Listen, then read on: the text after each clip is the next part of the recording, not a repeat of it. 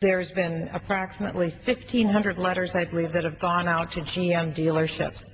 One story that came out today, there's a dealership that I know of that applied to their Democrat senator to appeal for help so that they could stay open.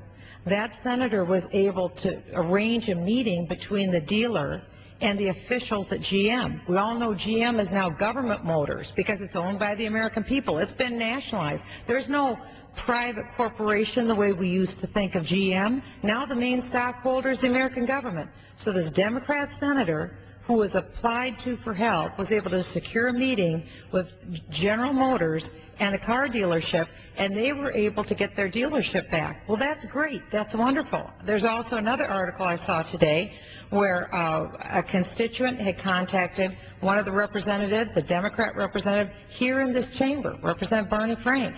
Barney Frank was able to go and talk to the right people and get this dealership back open. Is that what we have come to in this country? That rather than a private business with a private contract with another private corporation, they're no longer able to work out their agreements because, as columnist Michael Barone has called, he said, now we've moved into the realm of gangster government.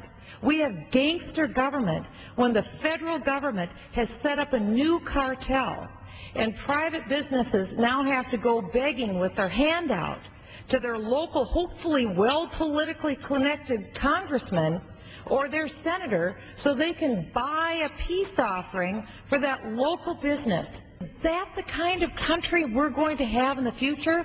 When I was on the phone today for over an hour with one of my local dealers, the very first thing out of her mouth was this. She said, this is the most un-American thing I have ever seen in my life.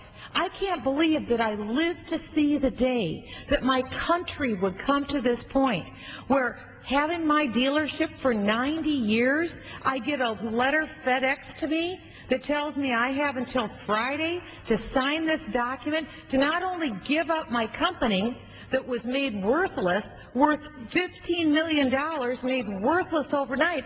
Now GM is demanding that she hand over her customer list, her service customer list to GM. Why? GM most likely will use those customer lists. They'll give it to her former competitors. What is she getting for this? What's her remuneration? She had the rug pulled out from her and from her husband. They virtually lost everything overnight. To what?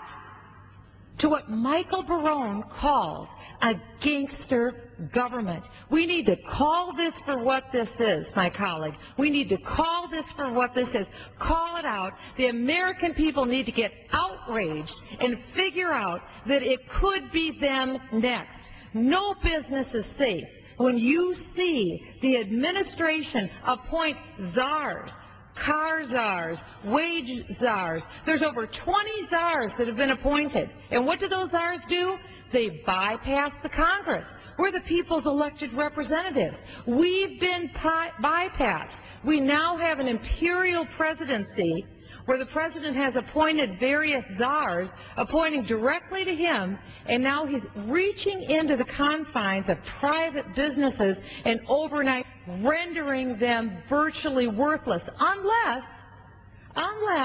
they have a special tug, a political tie, to a local Democrat congressman. Is that what we've come to?